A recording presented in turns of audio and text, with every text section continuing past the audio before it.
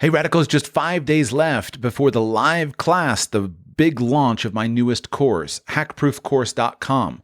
Hackproof, how to beat fraudsters, prevent identity theft, and say goodbye to cybercrime. Sign up today at hackproofcourse.com.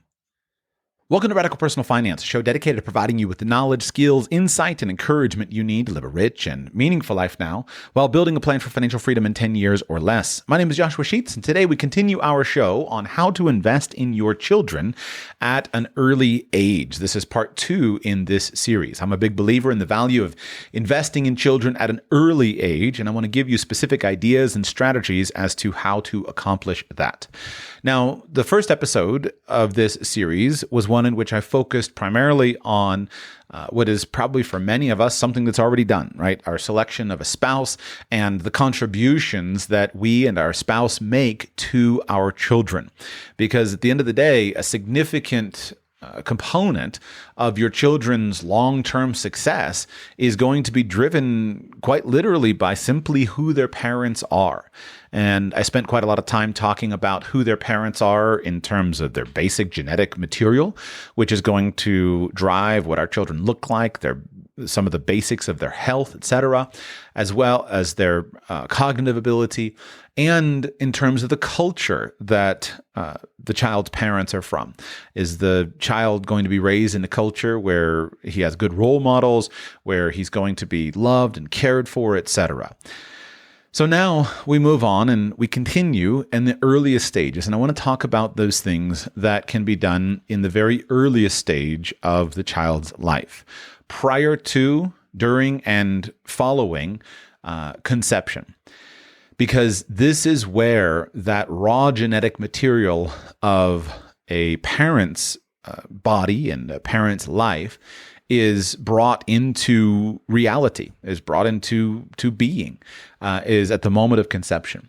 Now, the primary opportunity that we have relating to setting our children up for long-term success is related to good health. A strong and healthy baby is generally produced by strong and healthy mothers and fathers who continue to be strong and healthy, especially, of course, the mother, after the time of conception. And this is something that we don't talk a lot about, but I believe that it is something that is extremely important, and it's something that all of us can impact to some degree or another. Now, perhaps you've already chosen your spouse. You're not changing anything there. You're not going to go out on the marketplace and say, well, let me just pick another beautiful person that's going to have, another person with whom I'm going to have a designer baby. So you're married to the person that you're married to, and that's settled, but you're going to have a baby, and you hope to have a baby. What can you do to invest into your child? The biggest thing you can do is going to be based upon health and nutrition. We're going to begin with nutrition. In yesterday's podcast, I shared with you some ideas from the excellent book called Deep Nutrition by, I think it's Catherine Shanahan. And I want to read a little bit of what she has to offer from the perspective of how to invest in nutrition prior to conception, and then, of course, during pregnancy. This is not something that is commonly talked about in our modern world, although I think we do understand it to a greater degree than before. I don't really know a pregnant mother who doesn't take some prenatal vitamins, for example. But I think there's a lot more that we could do if we were very interested in this. And there's a lot more that we probably should do in order to supercharge the long-term benefits for our children. In the book, Deep Nutrition, the author talks extensively in the very beginning about the history of studying good health and scientific research.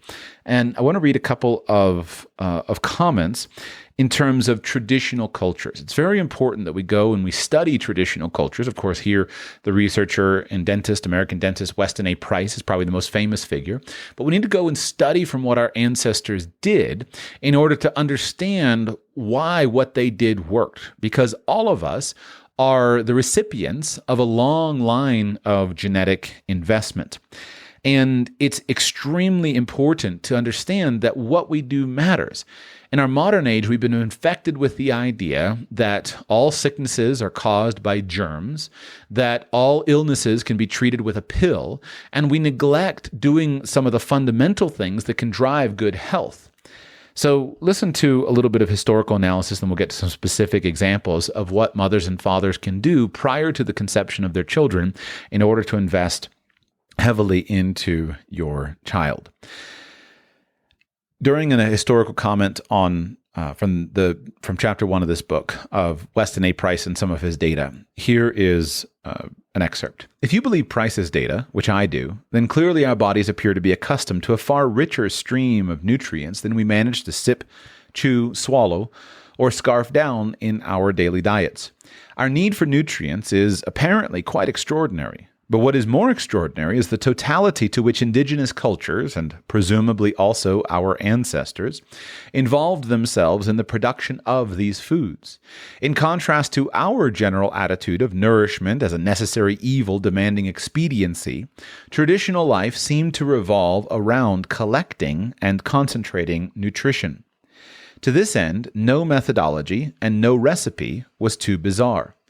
I will include here a few examples from Price's book to demonstrate how fully people immersed themselves in the production of food, and a few of the wonderful ingenuities that streamlined this undertaking. In the Scottish Isles, people built their houses using, chiefly, the grass that grew abundantly on the moors. The roofs were loosely woven and chimneyless, so that the smoke from their cooking fires would pass directly through the thatch. When the roof was removed and rebuilt in the spring after having been infused with mineral-rich ash all winter, the smoke thatch made fantastic fertilizer for their plant crops, chiefly oats. Their oats, in turn, were superior sources of minerals and were incorporated into many dishes. One of the most important was a fish dish made from a baked cod's head, rich in essential fatty acids, that had been stuffed with oatmeal, rich in minerals, and chopped cod livers, rich in vitamins. On the other side of the world, in Melanesia, the original arrivals to the islands had brought with them a member of the pig family bred for its self-sufficiency, at finding forage in the muddy and mountainous landscape. They'd released their hogs into the wild so they could colonize the forests. Soon, the hogs' numbers had grown to the point that one would be hunted down just about anywhere. Every part of the quarry, from snout to tail, would be cooked or smoked or otherwise prepared and eaten. Goes on and gives some other interesting examples, but let's focus on our children. As focused as people were on the production of healthy food, the chief crop and the ultimate prize was the next generation of healthy children.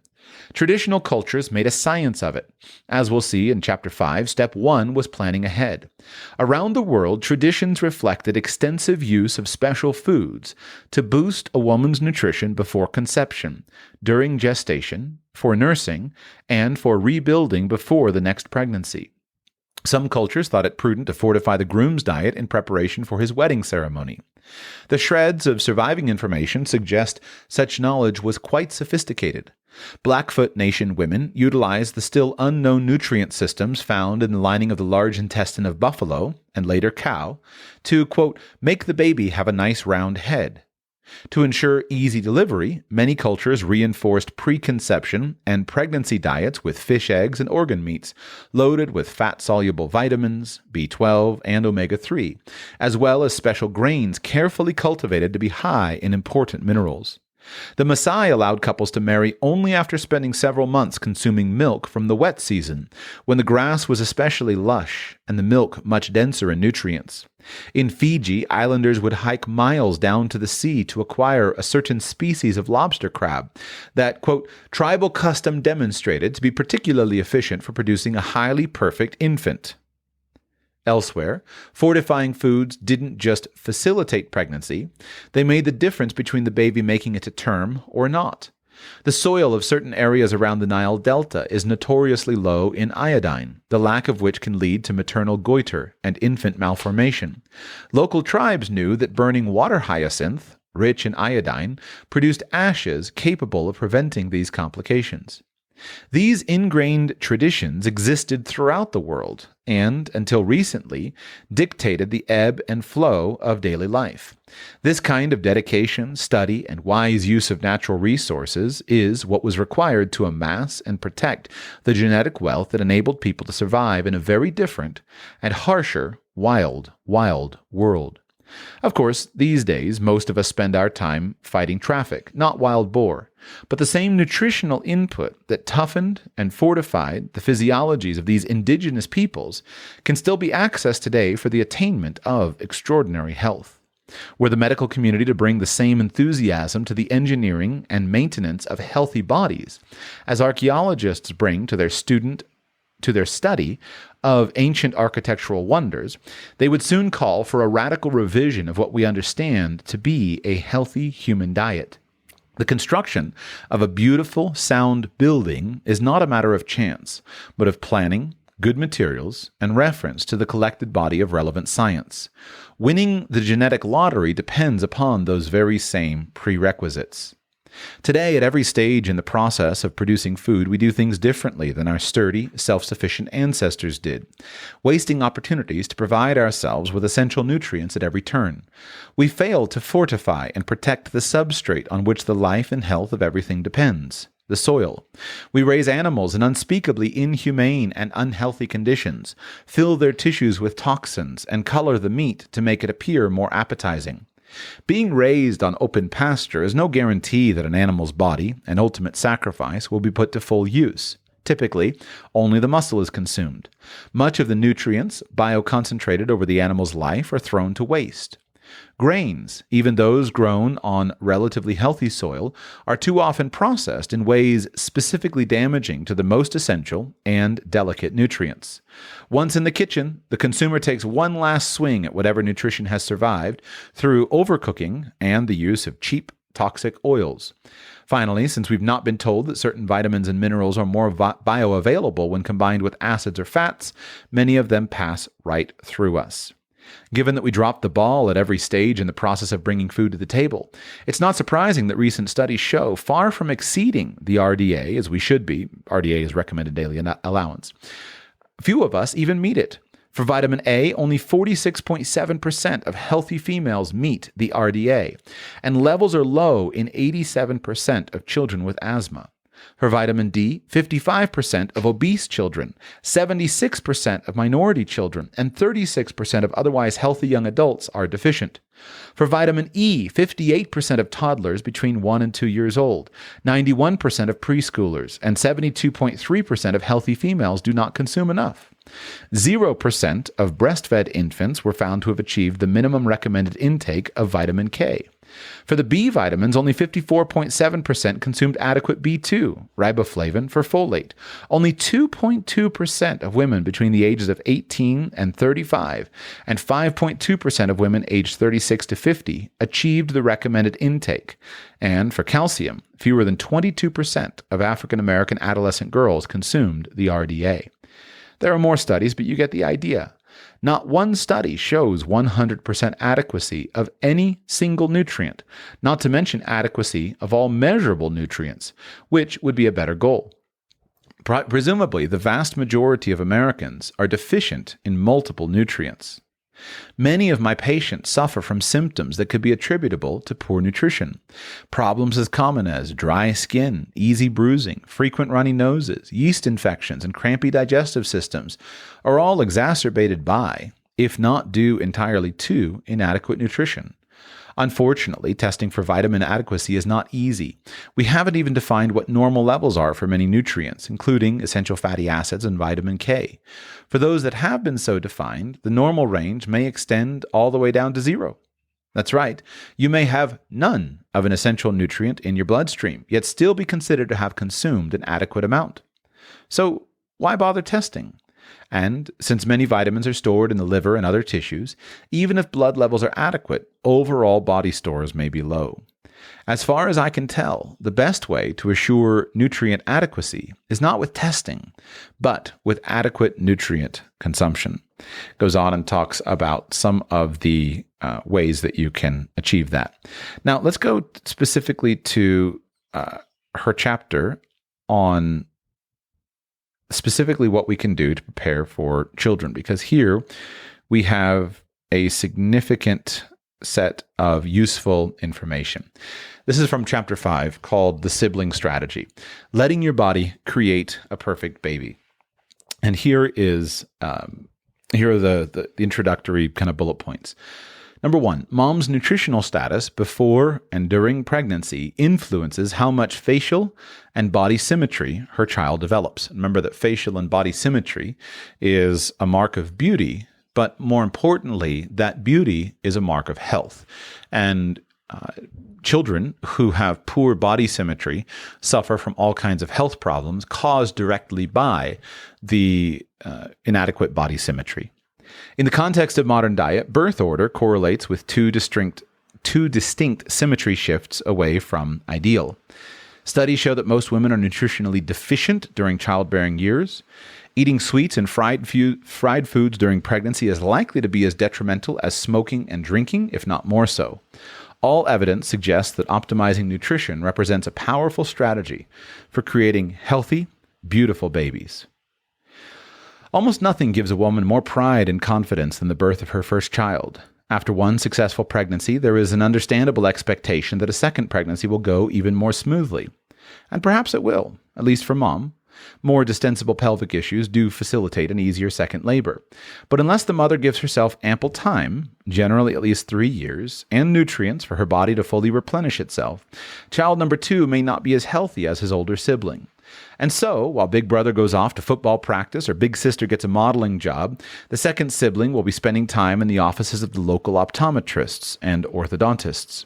It's not that they got the unlucky genes. The problem is that compared to their older sibling, they grew in a relatively undernourished environment in utero.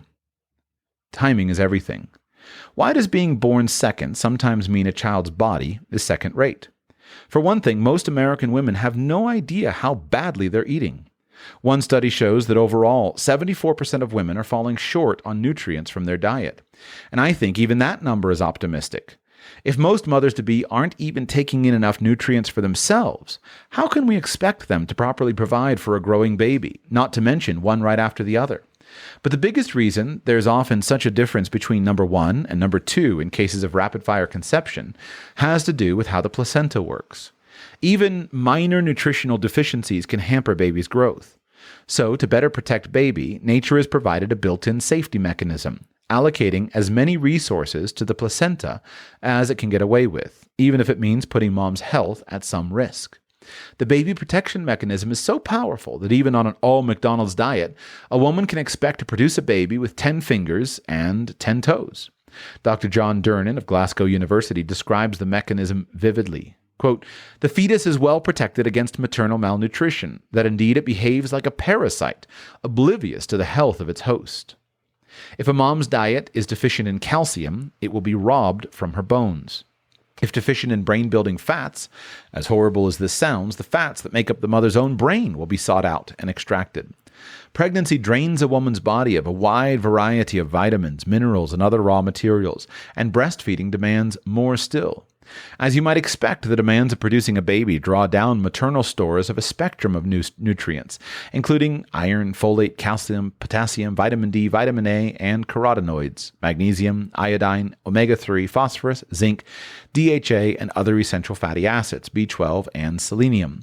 To the placenta, mom's central nervous system, for instance, is simply a warehouse full of the kinds of fat needed to build baby's central nervous system. Studies show that maternal brains can actually shrink, primarily in the hippocampal and temporal lobe areas, which control short-term memory and emotion. These brain regions are not responsible for basic functioning, like breathing or blood pressure regulation, and so are relatively expendable. This marvelous nutrient scavenging ability of a human placenta means that even in conditions of insufficient maternal nutrition, the first child may come out relatively intact. Meanwhile, mom's body may be depleted to the point that before and after pictures reveal her spine to have curved, her lips thinned, and she may have trouble remembering and learning new things, or feel anxious and depressed, as in postpartum depression. It may sound harsh, but it's just the selfish gene at work. Successful genes behave like greedy pirates, commandeering maternal nutrient stores for the benefit of their own optimal replication. However, any child conceived in too short a time for those storehouses to be refilled will be at a significant disadvantage. In such depleted conditions, were baby to extract from mother all the nutrients its genes would like it to have, this would put mom's life at significant risk. Following the utilitarian calculus of genetic survival, biology pragmatically chooses not to kill the mother while a baby is gestating and opts instead for a compromise. This second baby will be constructed as well as possible in the depleted conditions in order that mom may pull through. Tragically, this exposes the child to a variety of health problems, which can become increasingly noticeable and even debilitating as they grow older. Here's something else to consider. Sugar and vegetable oils act like chemical static that blocks the signals our bodies need to run our metabolism smoothly. Most women's diets today are high in sugar and vegetable oils, adding to the growth disturbances already caused by missing nutrients. Not only does sugar and vegetable oil consumption disrupt maternal metabolism and lead to gestational diabetes, preeclampsia, and other complications of pregnancy, the sugar and vegetable oils streaming through a developing baby's blood block signals in the womb, disrupting the sequence of highly sensitive, interdependent developmental events that contribute to the miracle of a healthy birth. The consequences of not getting enough nutrients and the introduction of toxins are primarily brought to bear through changes in the infant's epigenome. Goes on and talks about some of the previous things. So the first thing is birth order. And the author has made a significant study discussing birth order. It's one of the reasons why most of the best-looking people, the most famous models, and the most famous movie stars are often the firstborn because they got the full genetic potential of their mother's body. Whereas follow-on children, if there's not adequate time and adequate nutrition for a mother's body to recover, often suffer from less attraction, suffer from being less attractive. And it's interesting. She spent several chapters on it. Now let's pivot and talk about some solutions. Wendy's knows cold and soggy fries are the worst. So soggy. That's why we're serving up hot and crispy fries all day, every day. And all night until close. With natural cut potatoes, sea salted to perfection. Show me that potato skin. Wendy's hot and crispy aren't like other fries. We're your dream fry. Choose wisely. Choose Wendy's hot and crispy fries. Guaranteed to be hot and crispy. If yours aren't, bring them back and we'll replace them. The Omega generation. When I was living and working in Hawaii, 4 generations sometimes came into my clinic for an office visit all at once, giving me a front row view of the impact of modern food. Quite often, this is what I saw. Great-grandma, born on her family's farm and well into her 80s, still had clear vision and her own set of teeth. Her weathered skin sat atop features that looked as though they were chiseled from granite. More often than not, she was the healthiest of the bunch and had a thin medical chart to prove it. The youngest child, on the other hand, often presented symptoms of the whole set of modern diseases: attention deficit, asthma, skin disorders, and recurrent ear infections. Like many of today's generation, one or more of his organs wasn't put together quite right. Maybe there was a hole in his heart, or maybe he needed surgery to reposition the muscles around an eye. While the exact effects may be hard to predict, what is predictable, given the dwindling dietary nutrients and proliferation of toxic materials, is some kind of physiologic decline. Within a given family, the earlier the abandonment of traditional foods for a diet of convenience, the more easily perceptible the decline. I'm thinking of one little boy in particular, the great-grandchild of one of Hawaii's many wealthy missionary families, who developed an ear infection during his visit to Kauai from another island. This little boy bore none of his great-grandmother's striking facial geometry. His jaw was narrow, his nose blunted and thin, his eyes set too close, and his cheekbones were withdrawn behind plateaus of body fat. The lack of supporting bone under his eyes made his skin sag into bags, giving him a weary look. His ears were twisted, tilted, and protruded, and his ear canals were abnormally curved, predisposing him to recurring external ear infections. Narrow face, thin bones, flattened features, sound familiar? This is a dynamic symmetry shift. The nature and degree was something I'd expect to see if he were child number 3 or 4 of siblings born in quick succession. But the young man sitting on my exam table was only the couple's second child, and though mom had given herself a full 4 years between the two, it hadn't protected his health. He was the 4th-generation product of a century of nutritional neglect and the consequential epigenetic damage. The last century has derailed our entire culture from the traditions that sustained us. So he is far from alone in enduring visible epigenetic damage. And the consequences impact more than a child's skeletal system. His entire genome is at risk. I believe this is why, according to a landmark 2003 Center for Disease Control report, this child, like all others born in 2000, had a 1 in 3 chance of developing diabetes, a condition that reduces life expectancy by between 10 and 20 years. What is going unreported is the fact that it isn't just diabetes on the warpath. Every year, growing battalions of familiar diseases are cutting a wider and wider swath of destruction through the normal experiences of childhood. Whereas in previous centuries, part of a parent's responsibility was to work hard to prevent their children from getting sick, today so many of us are sick ourselves that we've grown to accept disease as one of life's inevitables, even for our children. Today's kids aren't healthy.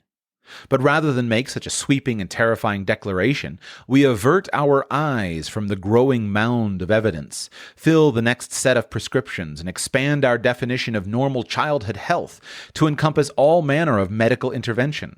This latest generation of children has accumulated the epigenetic damage of at least the 3 previous generations due to lack of adequate nutrition, along with the overconsumption of sugar and new artificial fats found in vegetable oils. The family genome has been getting battered relentlessly for almost a century, even during key, delicate periods of replication. The physiologic result of these accumulated genetic insults? Distorted cartilage, bone, brain, and other organ growth. Many physicians have noted an apparent increase in young couples complaining of problems with fertility, which, given the implications of epigenetic science, should come as no surprise. Children born today, I'm afraid, may be so genomically compromised that, for many, reproduction will not be possible, even with the benefit of high-tech medical prodding. This is why I call these children the Omega generation, referring to the last letter in the Greek alphabet. Born by cesarean section, often necessitated by maternal pelvic bone abnormalities, briefly breastfed, if at all, weaned on foods with extended shelf lives, the human equivalent of pet foods, these Omega generation children see the doctor often, and, whether firstborn or not, will likely suffer from both biradial and dynamic symmetry shifts. In the same way we talk about bracing for the aging baby boomers' medical needs, we had better reinforce the levees of our medical system for the next rising tide, medicine-dependent youth. These children will age faster, suffer emotional problems, and develop never-before-seen diseases. In my experience as a doctor, parents have an intuitive sense that their children are already dealing with more health problems than they ever did, and they worry about their future for good reason. But no parent is helpless. If you have children, or are planning to, I can think of at least one child who could do something to avoid all this illness and start getting healthy. Yours. I hope that this narrative is helpful to you and persuasive, because I think we can all see it around us with our eyes. If you step back and just look at again, I'm from the U.S. American culture and kind of the Western tradition, but it's so blindingly obvious. The internet made a big brouhaha a couple months ago when people are coming out. I can't remember if it was the FDA or something, but basically coming out and prescribing drugs to fat kids to try to help, drugs and surgery to fat kids to try to help them lower their body weight. It's insane. And what has happened as a culture, we have been desensitized to believe our eyes. We've swallowed as a culture the mirage of expertise, thinking that, well, the smart people must have done great science and therefore we should listen to the science. And as such, we've stopped believing our own eyes. But all that should be necessary is to walk out in the street or go into the mall and look around you and see the complete and total failure of our healthcare system in most of our countries. People are ugly. They're fat. They look weird. They can't walk. They're in wheelchairs. The kids are ugly. They look unattractive. And it's not just kind of the normal unattractiveness of awkward growth spurts and everything. You've got sunken in chins and weird deformations, etc. And we don't look like a healthy and attractive culture. And we have to change that. And it has to start with nutrition. And so if you're going to help your children to flourish and succeed, you have to invest into their nutrition from the earliest of age. And that means investing into mom and dad's nutrition. And you need to do that, if at all possible, prior to conception. Regardless of where you are in your family growth journey, we should be investing heavily into our nutrition. And this is a very good and very important way for us to be spending money. Money should be spent on acquiring the highest quality nutrition choices that we can have, because we owe it to ourselves for our longevity and for our enjoyment of good health. We owe it to our children, to our grandchildren, and our great-grandchildren. We should be systematically building cultures where we're looking forward 5 or 6 generations and asking ourselves, what do my great-great-great-great-grandchildren need to flourish and succeed in the world? Part of what they need is good genetics. There are other things as well, right? Maybe a trust, a dynasty trust set aside with, 360 years worth of buildup that can support future generations. Fine, that's a good part. But at the end of the day, if you can build genetic material that is going to have your children be strong and healthy and long-lived, that's going to pay off massively. Now, I'm guilty of underappreciating this in years past. As I'm getting older, I think more about longevity. And one of the things that's been so remarkable to me is talking to people who don't expect to live long lives. Because I never grew up with that myself. I never grew up with that expectation. I always grew up expecting that I was going to live a long life. Most of my ancestors on both sides of my family have lived well into their 90s, in some cases several past 100. And then even on my wife's side, amazingly, many of her ancestors are long-lived as well. She had one grandfather who died of lung cancer when he was in his 70s as a lifelong smoker. But all of the rest of her family members, she had one grandmother that died in early 90s, another I had to ask her, I think it was close to 90, late 80s, and then a grandfather lived 104 or 5. I can't remember. And so this is interesting, and it's something that I myself never appreciated. But that's a legacy of longevity and good health that was passed down to her through her side of the family, and to me through our side of the family, that we did nothing for, right? We did nothing to deserve. But what we do have is a responsibility of stewardship. We have a responsibility to steward that legacy for ourselves and to steward that legacy for our own coming generations. And as you'll hear me talk about when I talk about education and academic development, one of the ways that I'm seeking to do this is with educating my own children.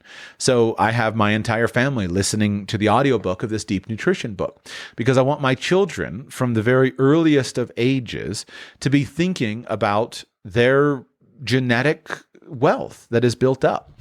And what's so fascinating to me as a financial planner is you can turn all of the numbers of finance on their head when you can insert more time.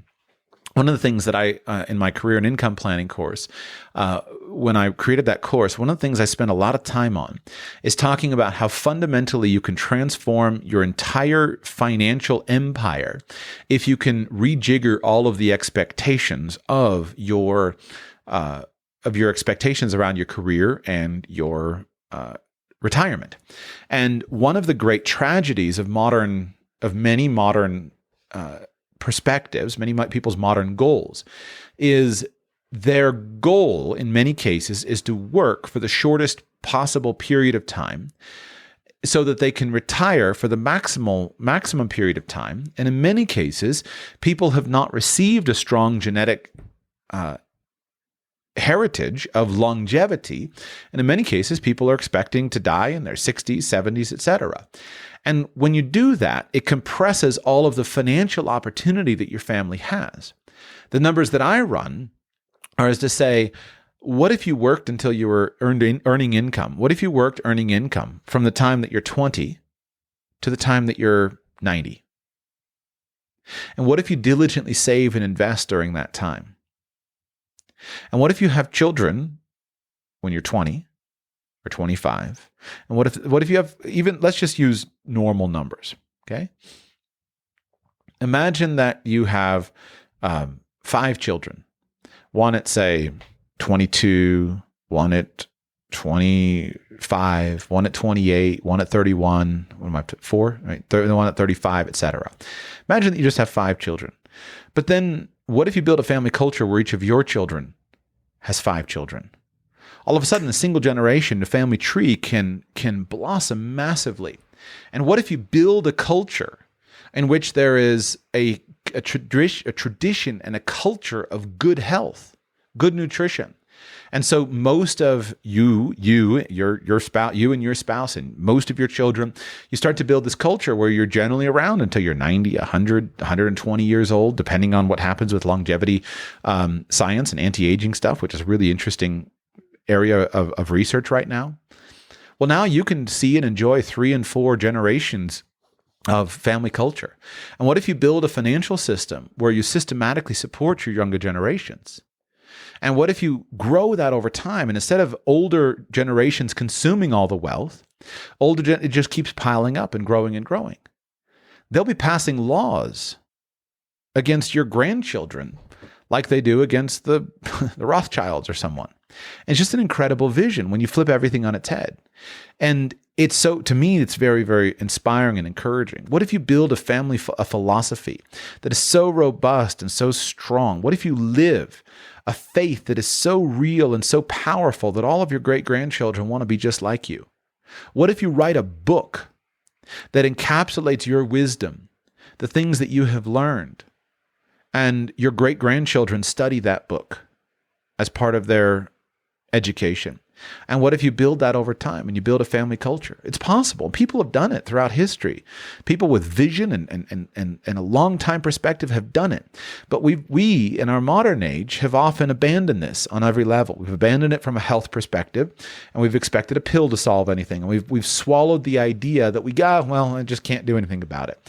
We've abandoned the concept of working for future generations in favor of saying, well, they got to figure it out themselves. They got to pull themselves up by their own bootstraps, and we'll just do that.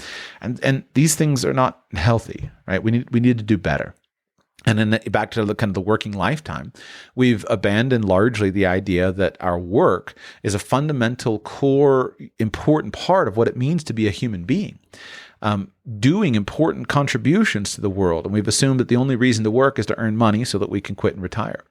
One of my favorite heroes is Dr. Denmark, who was, I think, the first female doctor to pass through, was the American Medical Association, something like that. She was a pediatrician in the state of Georgia, and she worked in active practice as a pediatrician until the age of 104. And then she retired for 10 years and died at 114.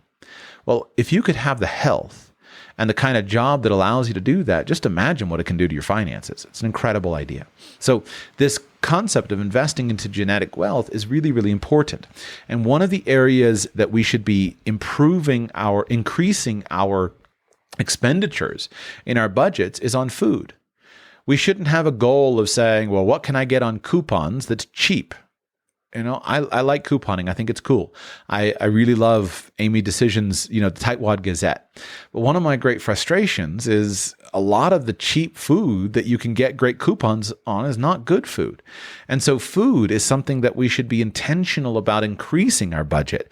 And we should be finding and sourcing the highest quality foods and preparing them in the very best ways, and making sure that we ourselves and our children receive the highest possible nutrition. Because these are the building blocks, and we need to invest into these things over the course of years and years. This is important for men and women both, because for men, your nutrition affects your ability to procreate, whether you have viable sperm or not, and then the health of your sperm make a huge difference in the long-term health of the baby. One of the comments that let me double check her name. I think it's Shanahan. One of the comments that she made, Catherine Shanahan. One of the comments that she made in the book is about infertility. I have been shocked as due to the significantly high levels of infertility that I see presented by my age group and my peer group. And some of these things are explainable and some of them are not. But it is shocking how many of my peers who over the last 10 years should be and should have been in their prime reproduction age. And I'm thinking healthy looking people, right? People who seem like young, vigorous, healthy adults who have tremendous problems conceiving children and then bringing children to term, to healthy childbirth. And so it's a big and important thing. One more, I want to read one sidebar to you from this book, and I want to urge you that if this is something that you want to think more about, pick up Deep Nutrition or pick up any other book that you think will help you make a study of this and add anything to your own studies in this area. But I want to read this sidebar to you, and I want to point out to you how these things can make a difference in terms of investing in children. 6 ways nutrition can optimize your child's growth. Number 1, height. Pour more milk. A meta-analysis concluded that for each additional 100 milliliters of milk, roughly 3.3 ounces consumed daily, children grew an extra 0.2 centimeters, roughly 1/8 inch per year. Children in the study were aged 2 to 20, and the study duration ranged from a few months to 2 years. The study's authors noted that the growth effect was especially powerful in teens. It is not known if higher and sustained milk supplementation would have additive effects. But if avid milk drinker and NBA player Jeremy Lin is any example, at 6'3" with 5'6" parents, then perhaps it may. Height is something that is strongly correlated, especially in men. Height is something that is strongly correlated to lifetime success. I myself am 6.5 feet tall. I haven't measured. I don't know if I'm shrunk or not, but somewhere between 6'5" and 6'6". When I was younger, it was 6'5 3/4" when I stretched up. So let's just call it 6'5". During my entire lifetime, being tall has given me immeasurable advantages. It automatically commands more respect because you have a more imposing presence. People look up to you in the figurative sense, meaning they just automatically assume you to be more capable. Big, tall men. I have a good friend of mine who is very short, and a couple of them. And we were talking about it recently. And what's amazing is that he's several years my senior, has all kinds of qualifications, but because of his short physical stature, people underestimate him constantly and continually. And you look at income stats, etc. Tall men have earn higher incomes. Tall men have a much easier time attracting beautiful spouses. And it just makes a big difference. So if there's something that you can do to help your children to grow in height, then it's dramatic. And Ms. Shanahan includes information in here in the book, an interesting analysis where you can see as nutrition in a population increases and gains and becomes better, then the height of a population increases. And so height is important. Vision. Look for lots of variety. In a study of children between ages 7 and 10, children who developed nearsightedness compared to children who did not consumed significantly less of a wide variety of nutrients: protein, fat, cholesterol, vitamin B1, vitamin B2, vitamin C, phosphorus, and iron. Of note, although the myopic children ate roughly 300 fewer calories, there was no difference between the two groups in several anatomic metrics: height, weight, or head circumference. This suggests that while normal height, weight, and head circumference are indications of sufficient nutritional intake, they are not definitive indicators of optimal nutrition. It also suggests that children with normal vision may have been more physically active. I've always been nearsighted, and I had LASIK vision correction surgery a couple years ago, and it was a transformative event in my life. To finally experience what people with excellent vision experience, a life free of corrective lenses, is improved my quality of life immeasurably. It's one of the best things that has happened to me over the last decade. And if we can give good nutrition as well as good eyesight exercises, and et cetera, we may have a good eyesight exercise, good sunlight, good exercise, et cetera, just overall producing healthier children. We may help those children to have a higher chance of maintaining appropriately normal vision.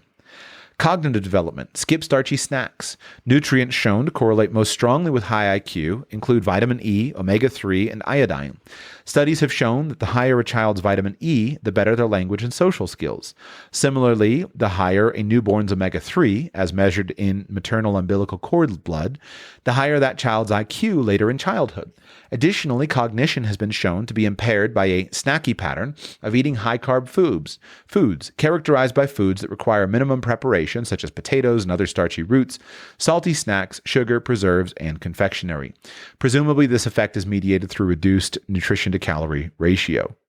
Again, IQ and cognitive ability is a major driver in long-term success of your children. And so from utero, you want to do everything possible to support the development of the smartest and most functional brain that your children are capable of. And then you want to support that, including supporting it with good nutrition. Lifespan. Beget big babies. Larger children born to non-diabetic moms have greater muscle mass, a higher resistance to diabetes and obesity, and longer telomeres, the part of the DNA that determines how many more divisions a cell can undergo, thus influencing cellular lifespan, all known to be associated with longer life expectancy. How to grow a big baby without developing gestational diabetes? Aside from being tall and well-fed during your own childhood, we don't know much about specific interventions to produce bigger babies, but we do know something about how to avoid having a too small baby. Don't smoke, don't conceive while you're undernourished or underweight, and don't restrict protein, i.e. if you're vegan, you may need to supplement. Immune system. Maximize microbes and micronutrients. Researchers at UC Davis found that individuals with subtle deficiencies of various micronutrients are more prone to develop a variety of common day-to-day infections and are more likely to have more severe infections with prolonged convalescence. Allergies, asthma, and autoimmune illnesses are more prevalent in children with reduced microbial gut flora diversity. Experts recommend breastfeeding to optimize early gut flora development and are considering recommending soil-based probiotics, including fermented foods in a child's diet, and encouraging outdoor play would be my preferred methods of introducing immune-boosting probiotics. Back to the immune system. Anything we can do to cultivate large and strong immune systems will have a strong knock-on effect to our children's lifetime success. A child who is sickly and misses, say, 10% of his school days will have a much harder time achieving academic success than the child who is healthy and is always present in school. These small percentages expanded out over time make a huge difference in long-term success. I mentioned on the previous episode that when I'm sick, I'm just filled with empathy for people who don't enjoy robust health. And I realize how much of my own success in life has simply come from the simple fact that I did nothing to deserve of being healthy. Because when you're healthy and you feel good, you're filled with energy, you can work hard, you can work consistently, and that work pays off in terms of financial productivity, career productivity, etc.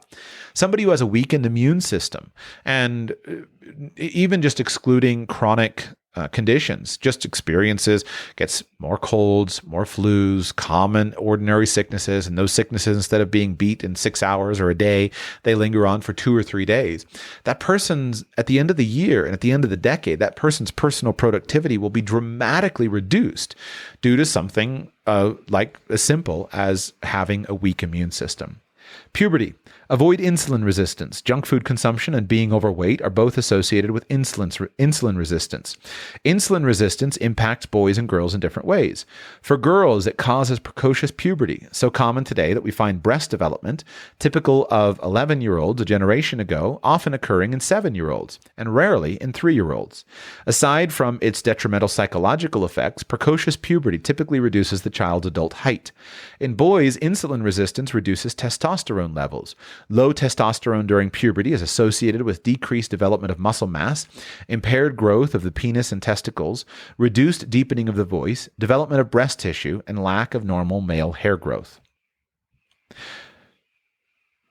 In conclusion, for this particular commentary, do everything you possibly can to emphasize the health of a mother and a father, and build strongly the health of the mother and father prior to conception, so that at the moment of conception, You have the very healthiest, most vibrant sperm that could possibly exist.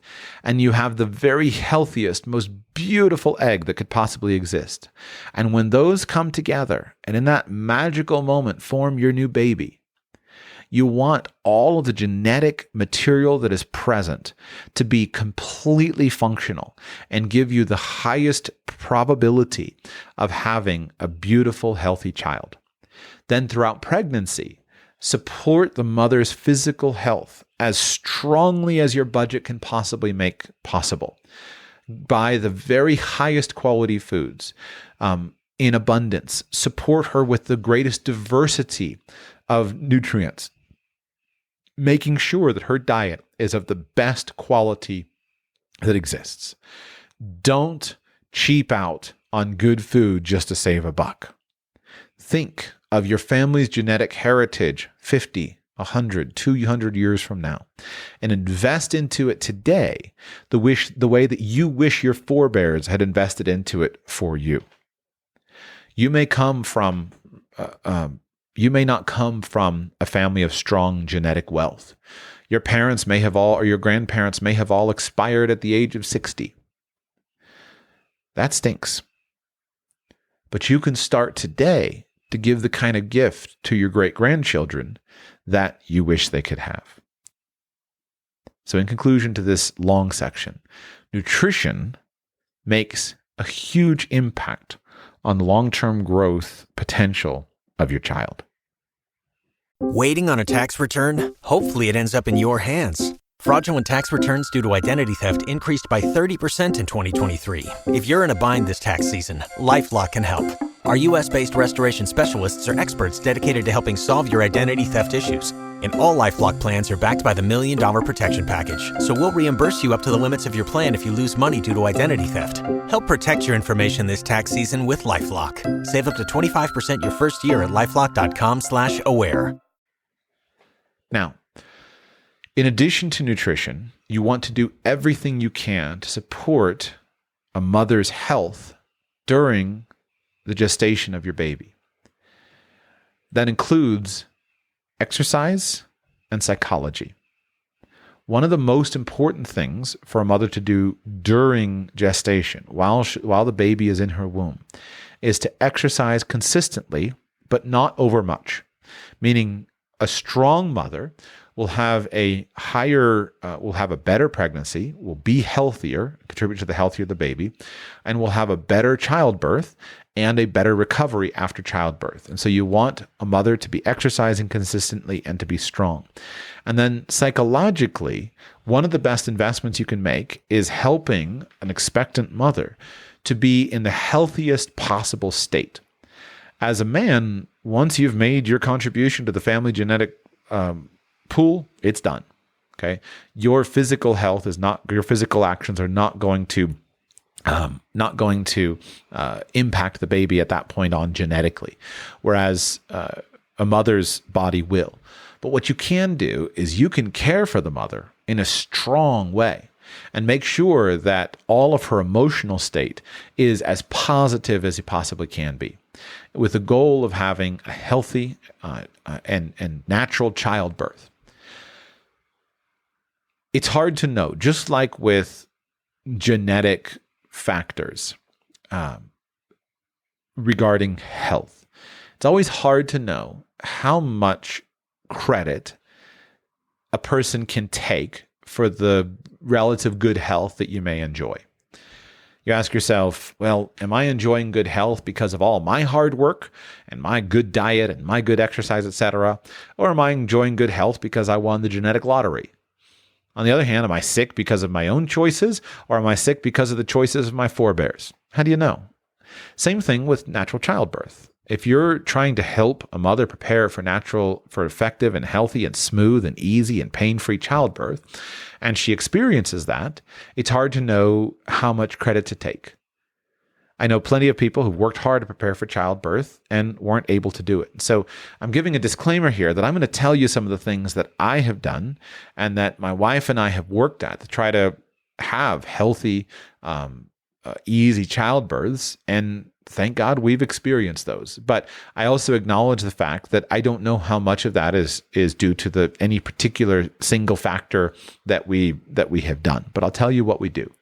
First, I think that you should have a goal of having the very best childbirth that you want, that you can have. And if you're looking for the well-being of the child, I think the best outcome for the child is to have a natural vaginal childbirth, if at all possible. It's the best for the mother, and it's the best for the child.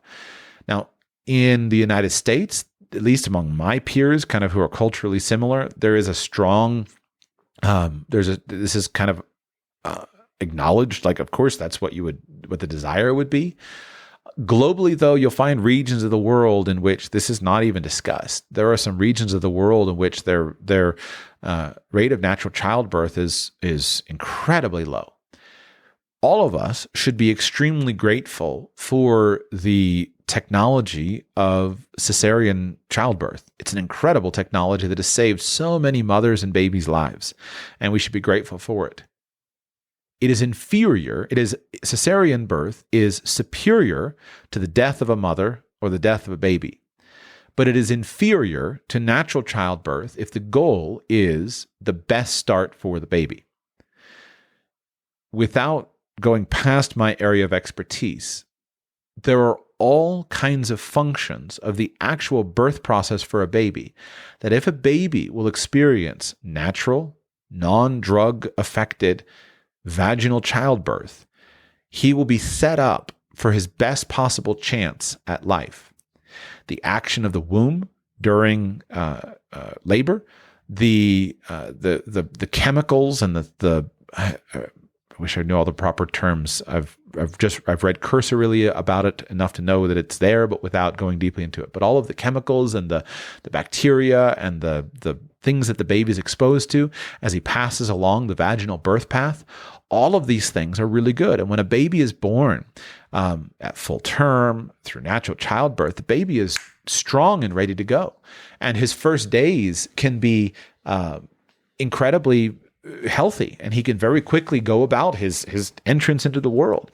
I've seen this happen 5 times, and I've always been just so blessed to see a healthy, happy baby come into the world. And I myself have received all 5 of my children. It's something that happened unintentionally the first time, and since then I loved it so much. It was just a wonderful aspect. And I always tell fathers, like, one of the coolest things you can do is you be the one to receive your own babies. It's an amazing thing. And so when you hold a newborn in your hands that is literally 1 second old, and you can interact with, and you see him happy and healthy and alert and ready to go. And then you start that process, a bonding process with a mother, and she's not drugged up, the baby's not drugged up, she's alert, she's rested, she's healthy, etc. It starts everything going well. And so if at all possible, work for and plan for natural childbirth. The things that we try to do is really good nutrition, really good exercise, chiropractic care to me makes a big difference. Chiropractic care, regular chiropractic care of a mother in preparation for childbirth to ensure that her pelvis and her skeletal system is in the best alignment possible, and then dealing with the psychological challenges that can sometimes impair childbirth, making sure that a mother feels strong and confident about her ability to deliver a child, making sure that she's completely free of fear related to childbirth, that she's filled with positive expectation around childbirth, and then using good techniques to minimize pain and discomfort during childbirth. All of these are good and productive things to work at. And I'm not going to go deep because I think those are well attended to in most of the cultures that I'm exposed to. Now, in the very after birth, however the birth goes, the most important thing that you can do to invest into your child is to invest into the relationship of your baby and the mother. In general, this means having lots and lots of time together. If you want your child to succeed, the best investment you can make into your baby is making sure that he and his mother have a strong relationship. And this begins from the very beginning. Physically, his most important nutrition is going to come from breastfeeding. The data on breastfeeding is unequivocal.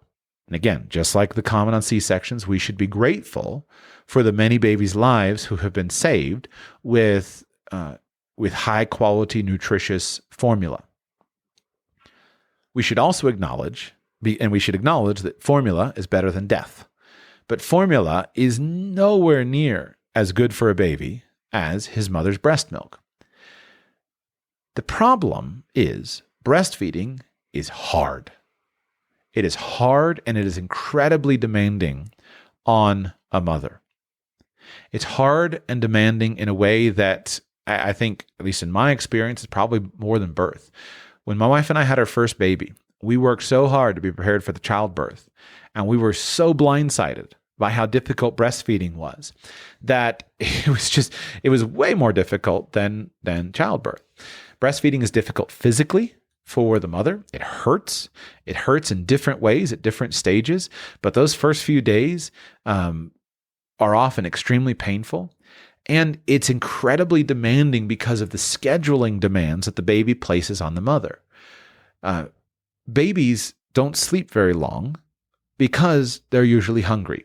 I forget what the formula is. People say, okay, the baby can sleep for as many hours as he is months old or something like that. But the point is, a new baby often sleeps will need to eat every 2, 3, 4 hours, depending on the child, depending on the age. This eating process, especially for a little baby, is often a 30 to 60 to 90-minute process, depending on the child and depending on what's necessary for the burping and all of the stuff, etc. And so a new mother is going to wind up being awakened on a 24-hour basis every few hours. And that's very, very disruptive for her. It's very, very hard. And so if you're going to support that process, the most important thing you can do is eliminate all of her stress, eliminate all of her difficulty, and eliminate all of her outside obligations. So what I try to do is make sure that the only job she has is to take care of baby. And obviously I'm going to do my best to help take care of baby, especially in those early days. For the uninitiated fathers, one of the things that's very important to understand is that childbirth, even the most medically textbook perfect childbirth, quote unquote, is a traumatic physical event. When the placenta of the baby detaches from the uterine wall, it leaves a significant scar, a significant wound that needs time to heal. And so a new mother needs time in bed. She needs time just to recover. She needs time just to rest and heal. And that process, she shouldn't carry the baby in the first few days. She shouldn't be doing anything difficult. She should just be resting and recovering from childbirth. And breastfeeding itself is such a demand on a mother's body that she needs lots of time to rest. So you can't really spend money on this process.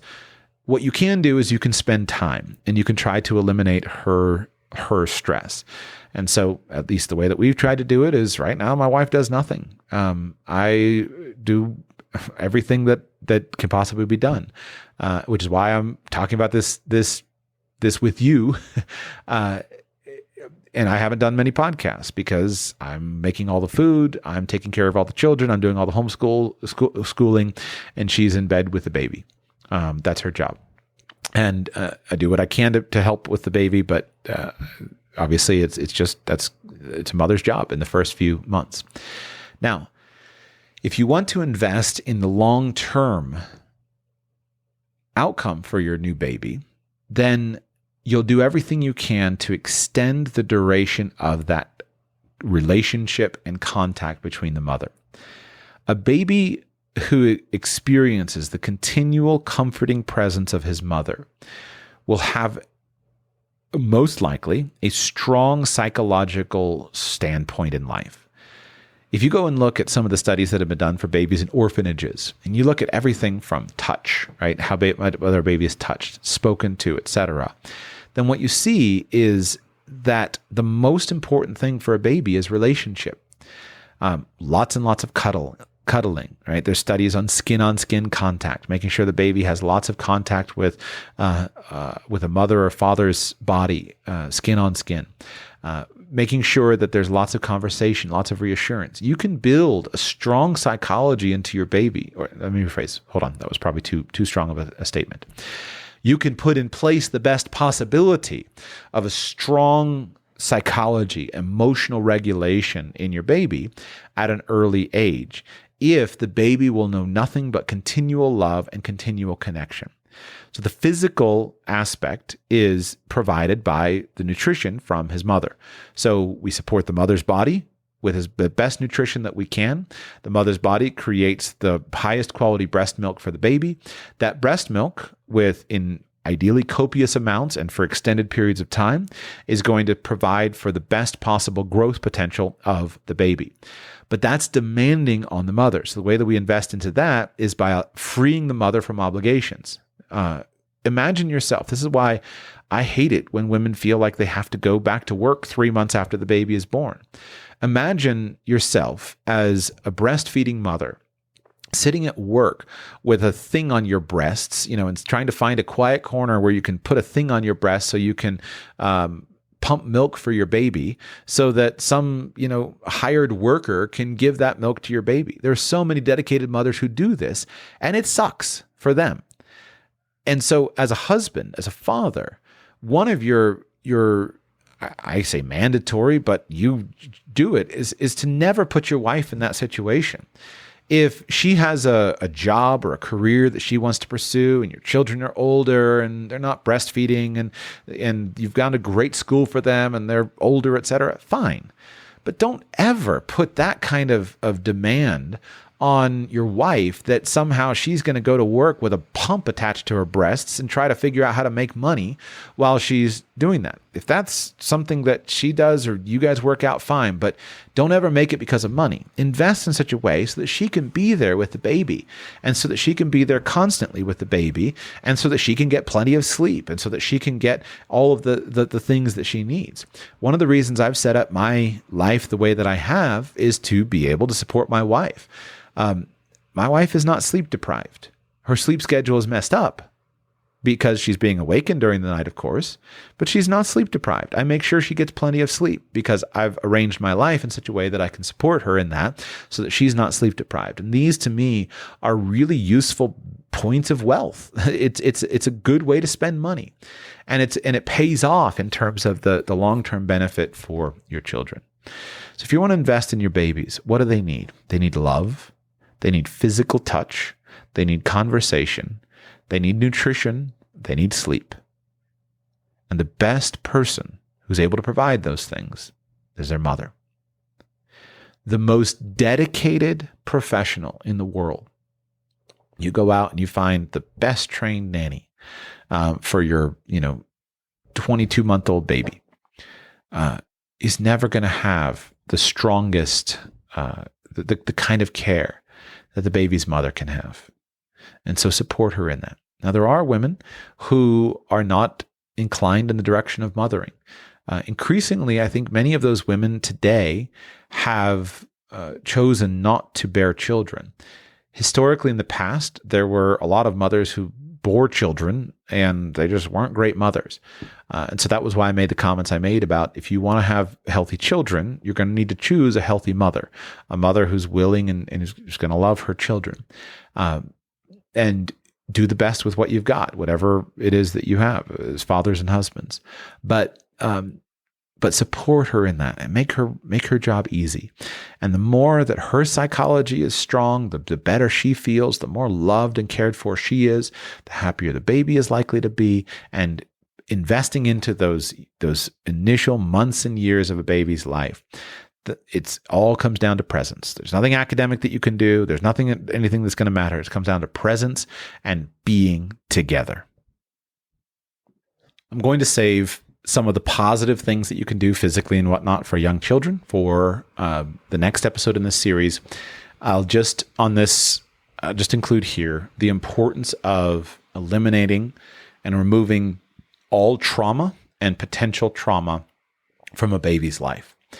If you look at the development of children, who've been raised in difficult circumstances, right? You can go and you can find children who fetal alcohol syndrome, their mother drank a lot, or drugs and whatnot, and you can see the physical problems those children face. You can go and you can look at some of the studies that have been done on children raised in orphanages, and over the years, there's just been some horrifically immoral studies done, about children that didn't experience touch and children that weren't talked to and whatnot, and they're wrecked for life. But one of the things that is clear and consistently true is you have to make sure that you eliminate trauma or potential trauma in a child's life. And, serious trauma, when children are physically abused or sexually abused, it literally stunts their growth and their development on, in some cases, a physical level, but especially on an emotional and cognitive level. There are 50-year-old men out there walking around with the brain of a 6-year-old because they experienced some significant trauma when they were 6 years old. And so you have a duty and a responsibility to your children to construct around them a very, very safe cocoon, and to make sure that they are in that safe cocoon until they are ready to leave it. There is a huge difference between working with your 14-year-old to help your 14-year-old face the challenges of the modern age and of quote-unquote real life, versus forcing your 14-year-old to go to the church nursery when he's sitting there crying for you. There's a huge difference between dealing with adolescents and older children who are capable of rational thought, etc., and having separation, etc., from their parents, versus dealing with young children and separating young children from their parents. And so one of the just things I have observed is that in our modern age, many parents seem to take pride in their children's ability to be detached from the parent. I don't think that's necessarily a thing to take pride in. Right? A healthy child at an appropriate age should certainly be able to do well not being with a parent. That's fine. But you want your children to know nothing but complete safety during the entire lifetime until they're ready to bear adult responsibilities and recognize that the world is unsafe, but especially in those early years. So you must protect your children from trauma and potential trauma in all of its forms. Be a bear about it if necessary. If there are people in your life who are potential sources of fear, of trauma, etc. And by the way, this can range. We have a tendency, I think, to go to the most extreme, meaning we have a tendency to go to the most horrific expressions of abuse that we're aware happen in the world. But I think most of us don't face those dangers very much, right? Those dangers are actually quite low in the modern world. But there are a lot of traumas that come in that are much more mild. Scary stories, scary people, scary ideas, etc. These things are not healthy to impose into our children's lives. And so I guess my point is simply be a bear and create a very safe and warm and comfortable home environment that is protected, that is a shelter, so that your children don't experience any form of trauma. In the next episode of this series, we will pick up with childhood education. And we'll talk about the things that you can do to support your children in their development physically, spiritually, mentally, and academically, and how you can do a lot of those things at a very early age. So I don't participate in Teach Your Baby to Read like I once did, but I do think that there's a lot you can do at a very early age, and we'll pick up with some of those things that on this foundation can supercharge the results of success in the modern world. And I'll share with you how those things can, again, keep your child on a success path. By way of review, I want to emphasize, because sometimes because I've talked so much about so many things, you may have lost the thread. By way of review, I want to emphasize what we've talked about. Number one, the basic genetics of a child's parents are going to drive the child's long-term success. So you want to be very careful about who you are engaging to be the genetic donor of your child. In addition, that person who is supporting the mother is going to have an inordinate influence on the kind of babyhood that that child receives. So as a prospective mother, choosing to marry somebody who wants children is going to be and wants you to be a mother is going to be very different than choosing to marry somebody who expects you to earn 2/3 of the family income and get back to work really quickly. Choosing to marry somebody who earns enough money to allow you to comfortably be a stay-at-home mother is going to put your life on a very different scale than marrying somebody who doesn't earn enough money to allow you to comfortably be a stay-at-home mother. So you want to be very careful choosing to marry somebody who is of high character and is going to treat you well and be willing to spend the money on your nutrition, etc. Those things matter. So you want to think about it prior to the relationship. Then prior to conception of the baby, you want to do everything possible on a physical basis to support the nutrition of the mother and father so that the baby has the very best genetic material already woven into his body at the moment of conception. Then while the baby is in utero, you want to do everything you can to support his healthy growth and working towards supporting the health and the mental strength of the mother so that she can be looking forward to a healthy and safe natural childbirth.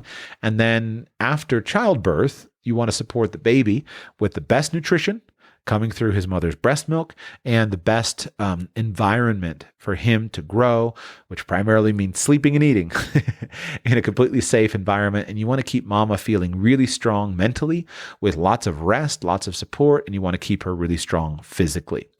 Then, as your baby starts to reach several months old and starts to be interacting, that's where we'll pick it up in the next episode. Thank you so much for listening to today's show, and I'll be back with you very soon. Remember, Radicals, only 5 days left before the live class, hackproofcourse.com. Hackproofcourse.com. Go now, sign up for the live class.